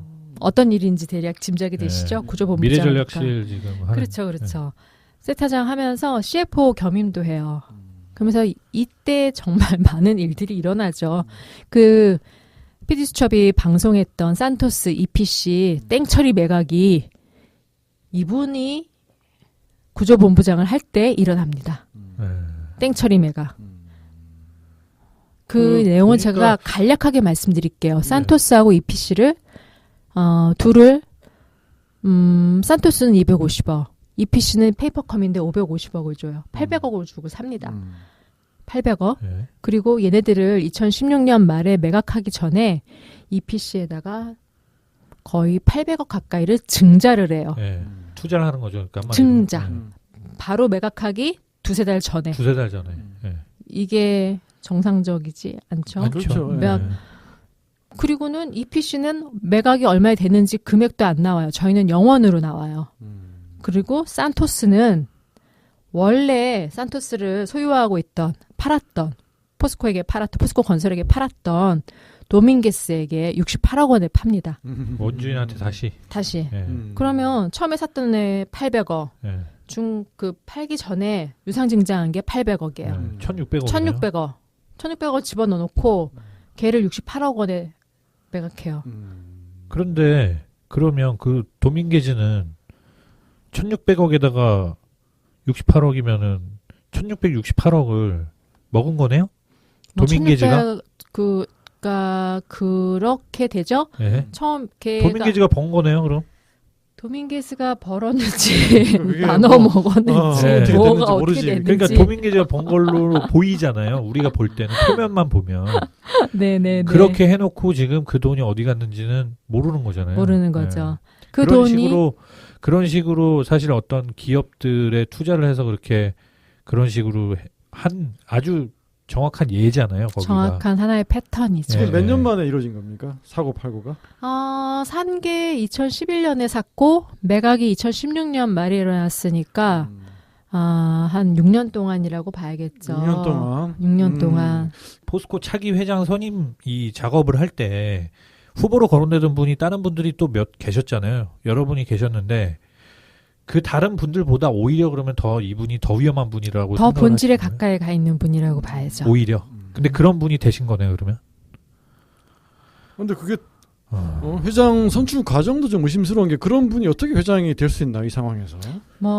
그 승객 카운슬이라는 네. 포스코 이사회에 규정되어 있는 규정대로 했다라고 하는데요. 승객 카운슬이라는 말 자체가 가당치가 않아요. 이게 무슨 왕조 시대예요? 그리고 포스코는 GM의 승객 카운슬을 본떴다 그런 그러니까 식으로 얘기하는데 장로 회의 예를 들면서 무슨 그렇죠. 장로 회의식으로 해서 몇 명이 회의해서 거기서 결정된다 이런 이사회도 거잖아요. 아니고. 포스코 사회이사들이 한 거예요. 네네. 사회이사들이 명쾌하게 말씀드리면 네. 사회이사들이 중심이 돼서 후보 선별해서 뽑은 거예요. 근데 GM 포스코가 얘기하는 GM의 방식을 따랐다는 거를 설명을 드리면 GM은 후계자를 정말 10년 정도 일찍 정도 뽑아서 계속 이 사람들을 추려가는 거예요. 그러니까 제일 강자가 남는 거예요. 제일 검증 과정을 적임자가. 거쳐서. 그렇죠. 그 부패하지도 않으면서 일도 잘해야 되고. 당연히 능력이 있어야죠. 그렇죠. 능력이 있어야 되고 회사를 키울 수 있는 최적임자로 추려가는 과정을 10년 동안 해서 오는 게 GM의 네. 승객 카운슬이에요. 포피아의 승객 카운슬은 회장이 저 오늘부로 그만둡니다. 이사회 발표하면 그때부터 작동하는 거예요. 말도 안 되는 얘기이고 더 중요한 것은 승계라는 건 뭡니까? 앞에 좋아요. 왕조로 치죠. 왕조로 치면 앞에 왕이 잘했어요.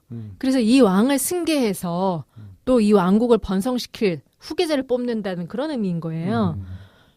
정준영이 왕조를 번성시켜서 승계 카운슬 가동해서 권호준을 뽑고 그럼 권호준은 포스코를 번성시켜서 또 승계 카운슬 가동해서 최정호를 뽑았냐고요. 그거 아니잖아요. 승계 카운슬이란 말 자체가 가당치도 않고 차라리 프로듀서 101처럼 공정하게 정말 국민들이 보고 언론들이 보고 네, 공개적으로. 그렇죠. 포스코 회장이라는 자리가 무슨 중소기업 조만한 구멍가게가 아니에요. 재계 6위의 회장을 뽑는 자리고 그리고 대기업 중에서도 아까 말씀하신 대로 나라의 돈으로 들어간 큰 회사고. 기업이에요. 네. 나라의 돈이 들어간 기업이기 때문에 지금 문정부도 여러 가지 얘기를 하는데 그런 핑계를 대서는 안 돼요. 포스코, KT 엔진은 국가가 국민의 세금으로 국민의 돈으로 전폭적으로 키운 기업들이에요.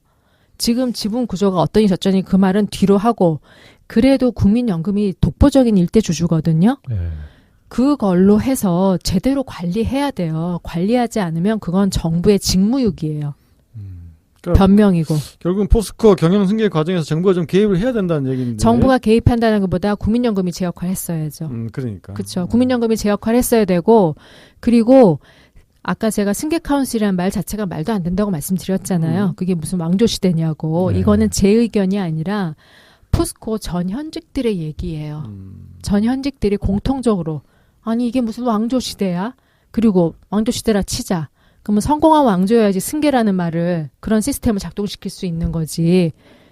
포스코가 지난 10년간 망했다는 거는 에브리바디가 공감하고 인정하는 건데 네. 망한 왕조를 승계를 시키냐? 말도 안 되는 얘기인 거죠. 포스코 추락의 시점은 그러면 뭐 제가 생각하건데 네네. 포스코 민영화에서부터 찾아볼 수가 있나요? 아, 솔직히 민영화해서는 안 된다고 저는 생각해요. 저 개인적으로는. 그러니까.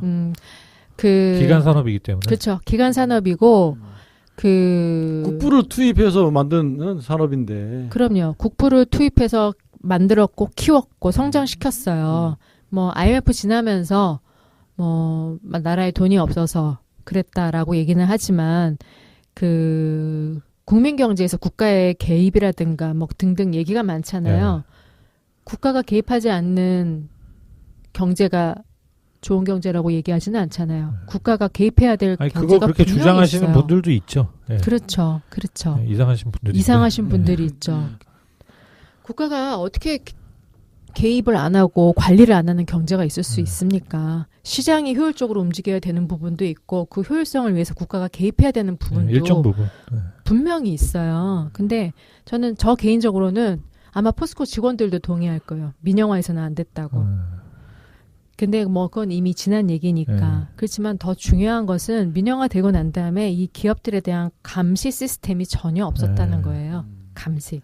그러니까 공기업들은 하다못해 국회 국감이라도 받거든요. 그렇죠. 예. 포스코도 공기업 시절에는 국감을 받았어요. 그렇기 때문에 그렇게 타락할 수가 없어요. 뭐 얼마 뜯어먹으려고들 그렇죠. 눈을 붉게 하고 봐요. 뭐 예를 들어 야당에서 굉장히 이제 강력하게 그렇죠. 이거 뭐 그렇죠. 도민계좌한테 간 돈 뭐냐 그렇죠. 따지면 예. 감사원 감사도 있고. 근데 그거보다도 못한 상황이에요. 포피아를 얘기하고 포스코 비리를 얘기하는 와중에 네네. 보수층의 프레임이 정치인들이 말아먹은 게 아닌가 이런 식으로 프레임 물타기를 하는 사람들도 그러니까 있어요. 포스코 회장을 그 국가에서 네네네. 지정한다. 네네네. 그런 그 것 때문에 자, 이게 저는 저희 그 강력하게 그냥 말씀드릴게요. 네. 포스코 회장을 국가가 지정하는 게 문제다라는 거의 요체는 뭐냐면 포스코를 경영할 수 있는 최적임자를 국가가 지정을 하면 되는 거예요. 근데 국가가 늘 정권 이익에 부합하는 사람을 들여보내는 게 문제인 거죠. 국가가 공정한 관리자로서 감독자로서 제일 훌륭한 플레이어를 회장으로 넣으면 되는 거예요. 그렇게 했으면 그런 욕을 안 먹죠. 안 먹고 포스코 마피아 역시 마찬가지예요. 민영화 이후 특히나 지난 10년, 최근 10년 동안 포스코가 성공하고 컸으면 포스코의 주가를 보면 알거든요. 주가가 정준영이 회장 턱 들어갔을 때 60만 원이었어요. 60만 원 좀. 지금 30만 원대예요. 절반 됐네요. 그렇죠. 다른 정상적인 기업들이면 어떻습니까? 주가가 오히려 올라야 돼요. 절반으로 떨어진 상황이라는 거는 회사가 그만큼 망가졌다는 얘기예요. 그렇죠. 주가가 그냥 말해주는 거거든요. 다른 거 설명할 필요도 없어요. 주가만 보면 되는 거예요. 그러면 이렇게 회사가 망가졌으면 거기에 대해서 책임 있는 사람에 대해 책임이 물어졌냐? 전혀 없고. 그 정준영 회장은 지금 얼마 전에 무죄 받았잖아요. 아, 그 성진지오텍. 예. 어쨌든 성진지오텍이라고 하는 말도 안 되는 이 부채 비율이 1600%였던 회사를 1600억을 주고 샀죠. 고가에 인수해서 회사에 손해를 끼친 혐의로 고발이 됐는데 이거에 대해서 대법에서 2심 상고를 기각을 해버렸어요. 그러니까 무죄 확정을 져버린 아니 거예요. 그것 때문에 처벌받은 사람이 있어요 지금? 없어요. 그러니까 이게 뭐냐고. 이게 이런 큰 기업을 이렇게 망가지게끔 만든 사람들은 아무 책임을 안 지잖아요. 이거는 사법농단이 지금도 아직도 진행형이라는 또 반증이고. 포스코 2015년 포스코 비자금 수사 그 이후의 재판은 말이 안 되죠. 그거에 대해서는 제가 다음에 출연하게 되면 그때 적나라하게 한번 말씀을 드릴게요. 오늘은 좀 제가 그 부분은 조금 말을 아껴야 될 것 같아요. 네네. 적나라하게 말씀드리면 깜짝 놀라실 일들이 나와요. 오늘도 깜짝 놀랄 일이 많은데. 아, 그래요. 더 놀래야 아이고, 되나? 죄송합니다. 죄송합니다. 제가 감 떨어지면 어떻게 해 우리? 아유, 죄송해요. 근데 그래서 그러면은 이 최정호 씨가 이제 회장이 되시면 됐죠. 그러니까 이분은 지금 그 어떻게 되돌릴 수 있는 방법은 없는 건가요? 이분이요. 뭐 감시하고 견제해야 될 것 같은데. 감시 견제가 아니라 수사 받으시면 돼요. 수사 그러니까 이제 받으시면 고발된 되고요. 내용으로 공정하게 수사만 이루어지면은 에, 회장직이 에, 잃을 수 에. 있는 상황이네요. 그러면. 당연히 잃죠. 잃을 수밖에 없죠. 혐의가 명백하기 그러니까. 때문에. 근데 그러면은 그 다음에는 어떻게 돼야 된다고 그러면 보세요? 딴 거 없어요. 프로듀서 101처럼 네. 정말 공개적으로? 공정한 네. 만약에 그러니까 아까 말씀드리다 끊어졌는데 포스코는 국민기업이잖아요. 네. 국민기업이고 국민연금이 최대 주주고 네. 그리고 국민연금은 국민의 미래가 담보돼 있는 돈이에요. 그 돈이 포스코에 제일 많이 들어가 있어요. 네. 제일 1대 주주예요. 그럼 포스코 회장은 능력은 물론이거니와 도덕성에서도 철저하게 검증받아야 돼요. 네. 최정우 이번에 스트레이트 방송됐잖아요. 네네네. 우리 최 여사하고 깊은 네. 관련성이 막 보였잖아요. 더 깊이에 더 안 들어갔지만 그러면 그런 부분들이 안종거 수첩에 최정우가 이렇게 막 거론되고 있던 거 저 같은 사람들도 아는데 네. 만약에 최정우를 선정했던 그 회장 선정 과정이 공정하고 네. 언론도 같이 검증하고 네. 이 사람이 도덕적으로 괜찮은 사람이냐 능력은 물론이고 네. 언론 국민 전문가들이 다 같이 봐야 되는 네. 거예요. 포스코 지금 새노조 뭐 설립 운동하고 계시잖아요. 네. 뭐 노조는 솔직히 제가 잘 아는 분야도 아니고 해서 잘은 모르지만 직원들이 저한테 제보를 해와요. 계속 제보해줘서 내용을 잘 되고 있구나. 그 정도는 제가 알죠. 그 노조에 뭐 지금 가입된 건 아니잖아요. 저 회직된 상황이니까. 저는 전혀 가입 대상도 아니고 근데 거기서 이제 저는 제보를 노조를 해준다. 몰라요. 직원들이 왜냐면 제가 색깔이 확실하잖아요. 확실하니까 어쨌든 저한테 얘기하면 네. 이게 이상하게 이용되진 않는다라고 생각하니까 제보가 오고 그러죠. 근데 그 새노조가 포스코를 바로 세우기 여기에 나름대로 의미 있는 일을 하고 있는 조직입니까? 저는 노조의 출발을 정말 대대적으로 환영하고 반드시 있어야 되는 일이라고 생각해요. 왜냐하면 지난 10년 포스코 안에 제대로 된 노조가 있었으면 없었어요? 그냥 9명 노조가 있죠. 9명이요? 9명.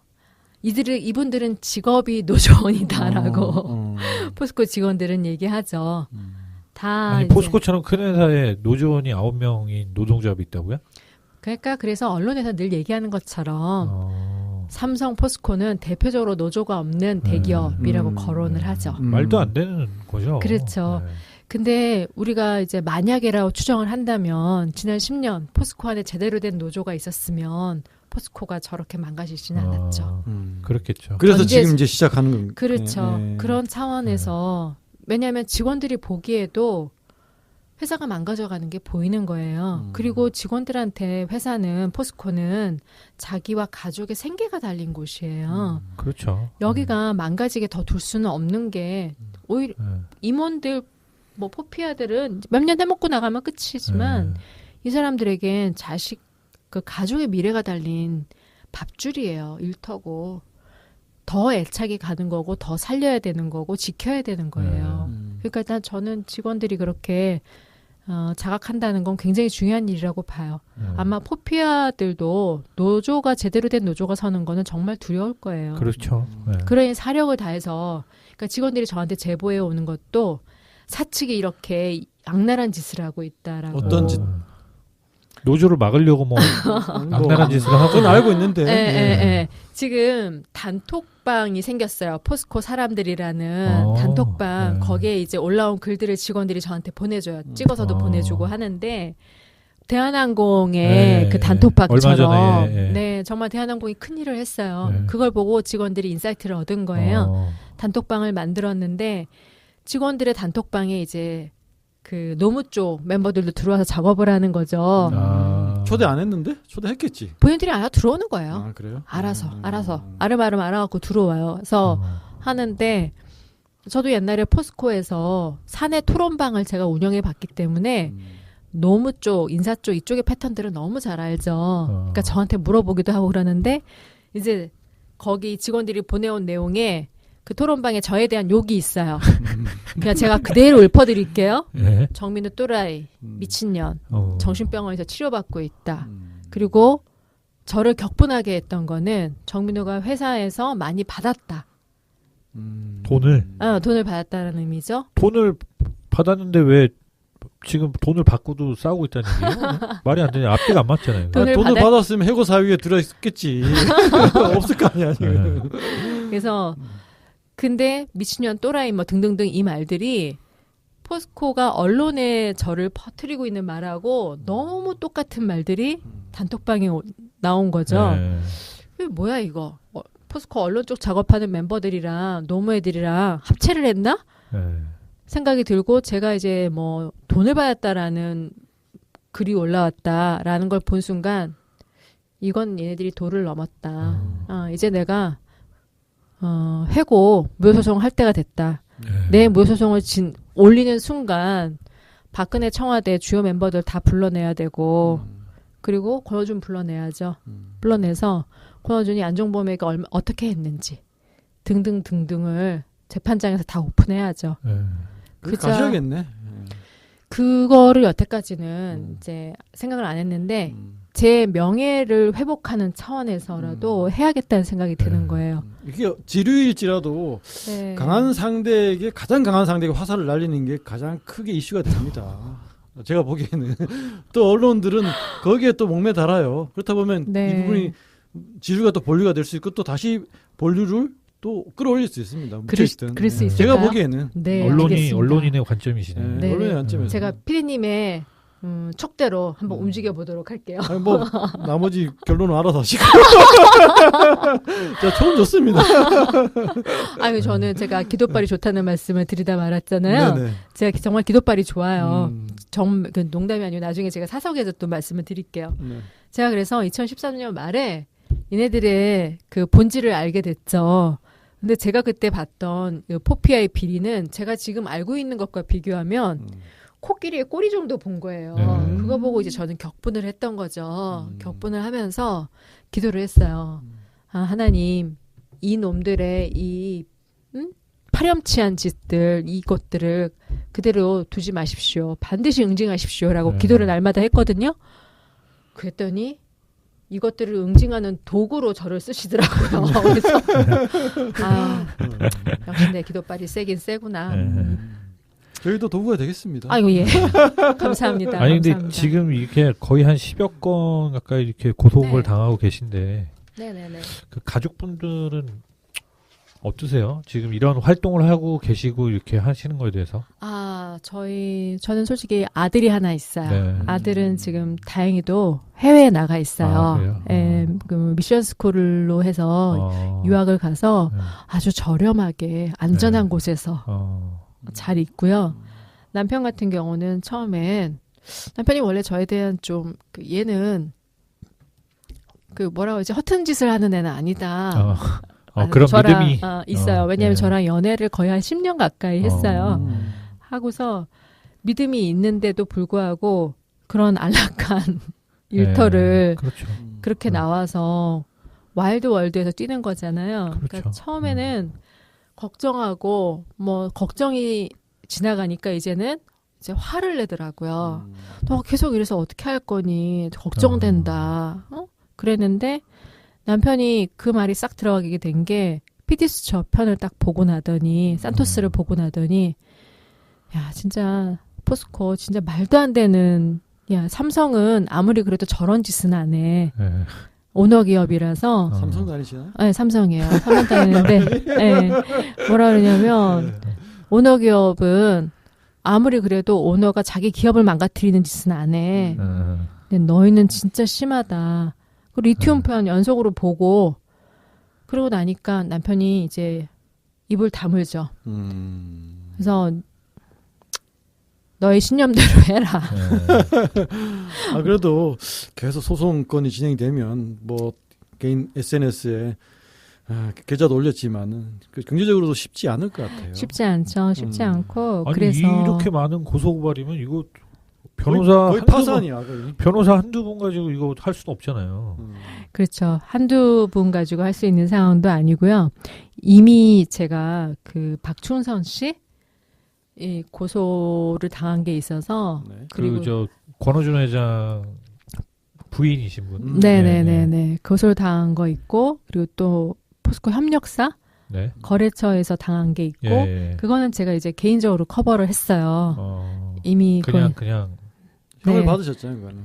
그렇죠. 네. 1심 판결 났죠. 하나는 무죄 나고 하나는 그거 역시도 우리 사법부가 얼마나 황당한 곳인지를 보여주는 판결이에요. 포스코 협력업체에서 당하신 그거는 이제 무죄가 나왔고 네. 박충선 씨 거는 집행유예 받으셨죠. 명예훼손으로는 이런 판결이 나올 수가 없다. 명예훼손으로 실형 받으셨어요? 그러니까 실형을 받으신 거예요. 그러니까 집유가 나왔죠. 그 실형이. 그러니까 그게 실형인 예. 거예요. 예. 실형 예를 들어 뭐 1년에 2년 이렇게 나오고 실형? 6개월에 2년. 6개월에 2년 나오셨어요? 네, 명예훼손으로. 그랬더니 말도 안 다들 된다. 명예훼손으로 저렇게 때리는 건 난 본 적이 없다. 아. 그리고 또 제가 무슨 그 박충선 씨의 명예를 훼손하려고 했던 게 아니고 네. 솔직히 가장 중요한 건 포스코에 대해서는 국민의 알 권리가 있어요. 네. 그렇죠? 포스코가 그냥 개인 기업이라 하더라도 국민의 알 권리가 있어요. 네. 그리고 포스코는 출발이나 기업의 성격을 봤을 때 국민이 반드시 알아야 될 기업이고 네. 그래서 언론에서 나온 보도를 중심으로 언론 보도를 종합해준 여자인 거예요. 저는 솔직히. 네. 그랬는데 그거에 대해서 그런 명예훼손을 저는 공익을 위해서 일을 하는 사람이잖아요. 그랬더니 저희 변호사가 너무 황당해 하시는 거죠. 저희 변호사가 너무너무. 네. 그래서 이후에도 계속 대처를 해야 되는데 그렇죠. 어떻게 하실 그렇죠. 예정이신지. 계속 모금을 해야 돼요. 이제는 제가 솔직히 지금까지 활동했던 비용은 제가 집을 팔아서 썼어요. 남편한테 팔아야겠다. 근데 남편이 그래 뭐 네가 알아서 다 사고 했던 거니까 네. 알아서 해라라고 오케이 해줘서 아우, 예, 멋있으신 분이네. 좋은 사람이에요. 네. 정말 좋은 사람. 정말 다행으로 제가 좋은 남편을 모시고 살고 있어요. 네. 했는데 이제 그걸로 커버할 수 있는 걸 지나서 계속 모금을 해야 돼요. 계속.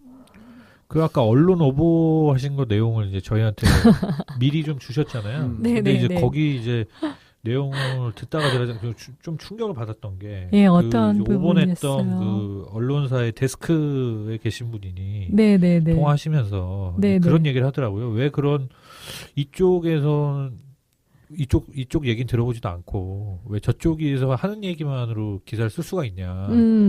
근데 이제 그분이 본인이 했던 그 기사 내용에 대해서 변명을 하시려고 그런 말을 한 건지 뭔지 모르겠지만 좀 말이 안 되는 그러니까 그 관점이라는 게 그냥 보이는 것 같더라고요. 기자분들 언론인들이 이런 내부 고발한 사람들에 대해서 갖고 있는 편견? 어떤 편견이나 예. 관점이 저는 그 질문 하나에서 딱 드러났어요. 그 질문 하나가 뭐였냐면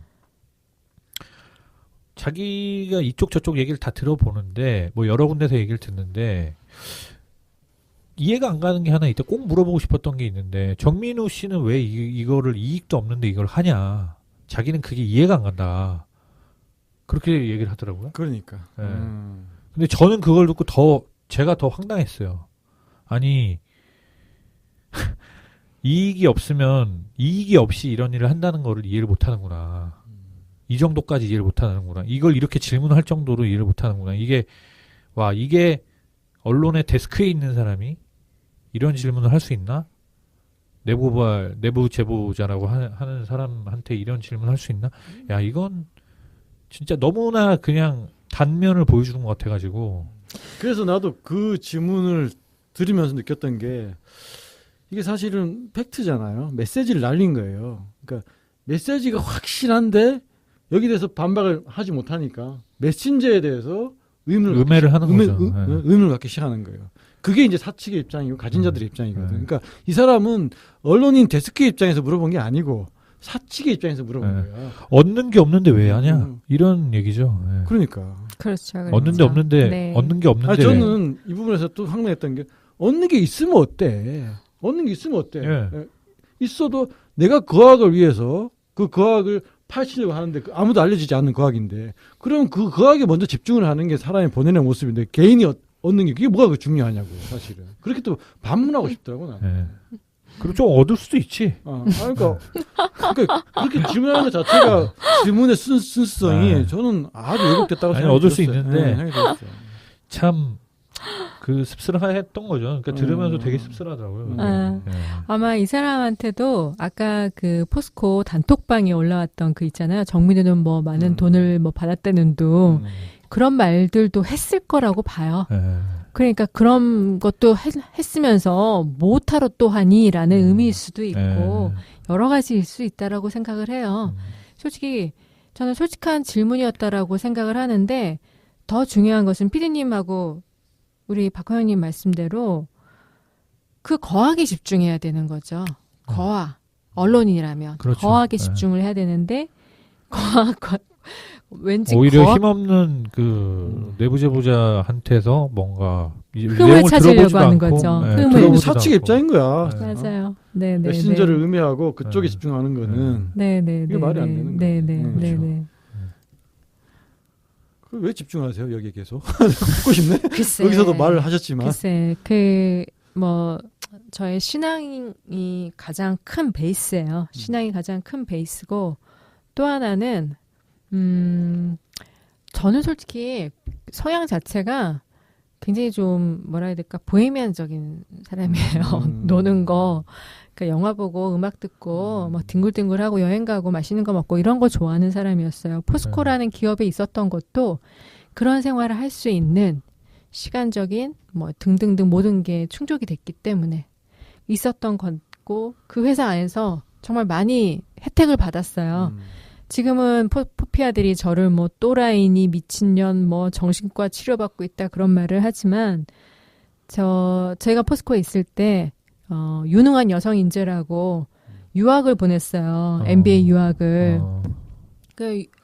그러니까 뭐라고 해야 되지? 나름 혜택을 받은 사람이에요. 그랬는데 어느 날 보니까 회사가 거덜이 나 있는 거죠. 그리고 아까 박 PD님 그 얘기하셨죠. 공범 아니시냐고. 저도 포피아의 논리를 만드는데 크게 일조한 사람이에요. 홍보팀이셨고 대외 협력팀이셨고. 그 홍보팀에서 전 대외 홍보를 하진 않았어요. 그때는 이제 저는 뭐든지 할 때 하나에 딱 집중을 해요. 아이를 키우니까 아이가 유학 가기 전이었고 아이한테 이제 최대한 집중을 했어요. 회사 생활 외에는 그렇게 사니까 홍보 기획일, 뭐 글 쓰는 일 이런 일들만 했어요. 그러면서 이제 글 쓰면 뭡니까? 프로파간다를 만드는 거예요. 포스코는 정보가 간섭해서는 안 되고 하는 포피아의 논리를 열심히 만들고 열심히 실어 날랐어요. 좋아요. 포피아의 논리대로 정보가 간섭 안 해서 포스코가 잘 되고 있다면 그 논리가 맞아요. 그대로 가야 돼요. 근데 그게 아니잖아요. 포피아가 사유화하면서 포스코는 주가 하나 보는 것만으로도 기업이 그냥 설명이 끝나잖아요. 그런 상황에 저 역시도 일조한 사람이에요. 저는 또 현장 직원들하고는 또 다른 케이스인 거죠. 그런 책임감. 근데 그 당시까지는 포피아가 아니라 포스코로 알고 계셨으니까. 그랬죠. 그랬고 그것도 참 아이러니하게도 그 실체를 안종범의 물꼬리들한테 배우게 됐고 저는 이 포피아 이 악들이 이 과학들이 그렇게 오래 가지 않는다라는 확신이 왔어요. 오래 가지 않고 그 악이 더 가지 않게 행동해야 될 때다. 그리고 다행히 또 제가 건강이 아주 좋아져서 싸울 수 있는 체력도 생기고 하니까 원래 제가 건강이 되게 약했어요. 지금 겉으로 보기에도 약해 보이세요. 그런가요? 요새 보이시고. 생각보다는 강합니다. 다행입니다. 어떻게 보면 또 길게 싸울 수도 있는데 체력이 바탕이 돼야죠. 그래서 싸움에 나오게 됐고 저는 뭐 이 싸움이 이제 얼마 남지 않았다는 직감을 하고 있어요. 얼마 남지 않았다라는 의미는 최정우 씨는 수사를 받을 수밖에 없고요. 얘기들 계속 해주셔야 될 것 같고 그런 차원에서요. 네네네. 이런 얘기를 그래서 계속 꾸준하게 계속 해주셔야 될 것 같고 근데 고소고발을 수십 건을 당하셔가지고 지금 너무 힘든 상황이세요. 그러니까 좀 네. 많이들 좀 도와주셨으면 좋겠고. 정말 많이 좀 도와주셨으면 네. 좋겠습니다. 지금 시간이 거의 9시가 다 되고 그렇네요. 있죠. 예, 아이고 그래서 세상에. 저희도 뭐 도와주는 차원은 떠나서 네, 배가 네, 고파서 네. 밥은 제가 사드리겠습니다. 네, 민정부의 네네. 청소기가 더 열심히 구석구석 잘 돌아가길 바라고. 정말 돌아가야 합니다. 네. 그건 역사적인 사명이에요. 저희가 네. 뭐 비난 비판하는 게 아닙니다. 응원합니다. 그럼요, 네. 그럼요, 네. 그럼요. 그러기 위해서 이렇게 저희 펀치의 존재 의미도 거기에 있는 거고 여기 아, 나와주셔서 그럼요. 정말 귀한 말씀, 그럼요. 네, 또 포피아의 민낯을 아주 낱낱이 밝혀주셔서 오늘 고맙습니다. 정말 낱낱이 나온 거 맞나요? 아, 조금 저는. 더 조금 밝혀주셔야죠. 차후에도 이제 시작이죠, 사실은. 포스코 건은 계속 지켜봐야 될 것 같고요. 네, 그렇습니다. 네. 이후에 또 고소 고발건들이 어떻게 또 판결이 나냐에 따라서 또 조금의 뭐 방향이나 스탠스도 변할 수 있으니 저희도 그럴 추이를 수 계속 있겠죠. 지켜보겠습니다. 네, 감사합니다. 그리고 또 참. 이 방송을 들으시는 좀 네. 문파분들이나 문재인 지지자분들이 많이 들으시는데 그 우리 정민우 씨가 포피아에 맞서서 굉장히 많이 힘들어합니다. 예, SNS에 가셔가지고 응원도 많이 해주시고 뭐 여유가 조금 되시는 분들은 경제적으로 소송 비용도 조금 보태주시길 예, 바랍니다. 항상 네. 어렵습니다 저희가. 그럼요. 하여튼 오늘 고생하셨습니다. 아우, 감사합니다. 네. 부족한 얘기 많이 들어주셔서 감사합니다. 네, 수고하셨습니다. 깨어있는 국민의 강력한 한방 펀치.